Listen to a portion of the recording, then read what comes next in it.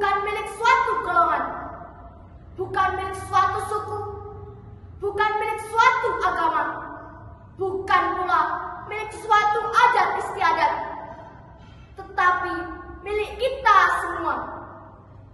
Betapa tidak hadirin, negeri kita tercinta ini tidaklah ada duanya. Lebih dari 250 juta kepala dengan pemikiran berbeda, bahasa yang berbeda, suku bangsa yang berbeda, bahkan agama yang berbeda, bisa hidup berdampingan di sebuah negara dengan kepulauan terbesar dunia. Tidaklah mungkin bangsa ini dapat terus bersatu dan berjuang bersama tanpa adanya rasa toleransi. Namun sayang hadirin, isu agama dan budaya masih menjadi bahan bakar utama bagi para oknum yang ingin memecah belah dan memporak-porandakan bangsa. Mulai dari oknum yang mengaku-ngaku bawa pesan agama, melakukan aksi kekerasan atas nama agama, menyebutkan kebencian dengan mengumbar isu sara. Betul hadirin? Oleh karena itu, pada kesempatan yang penuh ukhuwah ini, saya akan menyampaikan tausiah yang berjudul Sikap Toleransi sebagai upaya menjaga kerukunan umat beragama dalam bingkai kemerdekaan. Dengan landasan Al-Quran Surat Al-Kafirun ayat 4-6. A'udzu billahi minasyaitonir rajim. Bismillahirrahmanirrahim.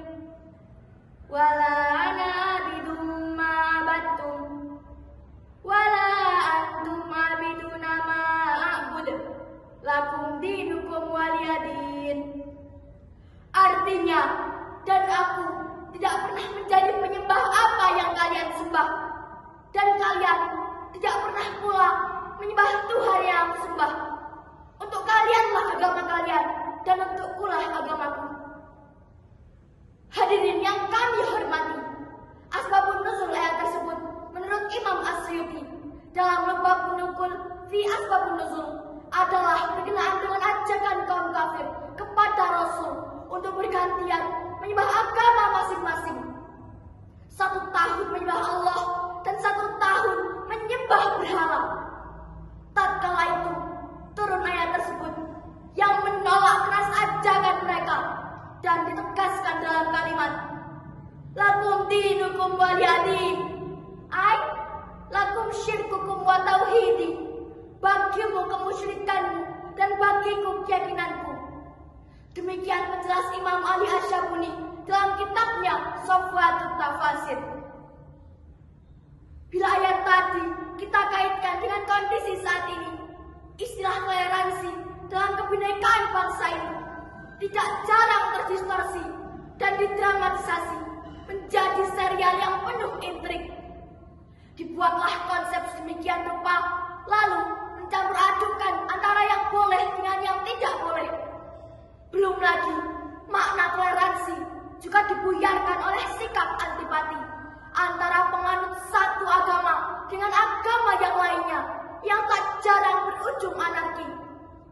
Kita pun menyaksikan kebakaran Masjid Tolikara, Papua, kerusuhan di Poso karena konflik agama.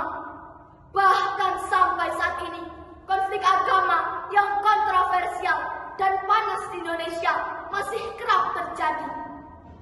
Lalu, bagaimana dengan Indonesia yang katanya Bhinneka Tunggal Ika? Oleh karena itu hadirin, kita sebagai umat Islam agar tidak saling menghina, melecehkan, dan memaksakan ajaran agama kepada penganut agama yang lain. Biarkanlah kaum Kristiani mengamalkan ajaran cinta kasih Isa Al-Masih. Silahkan umat Hindu mengamalkan ajaran Veda Vegeta Resi Agatya.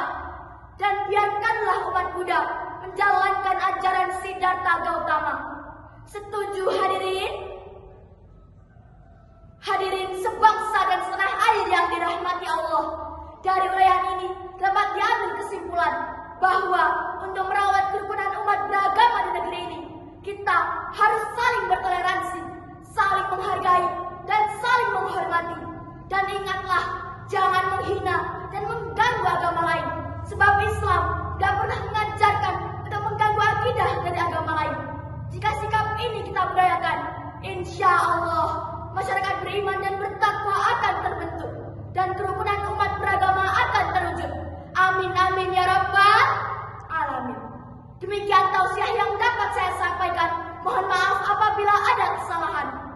Wassalamualaikum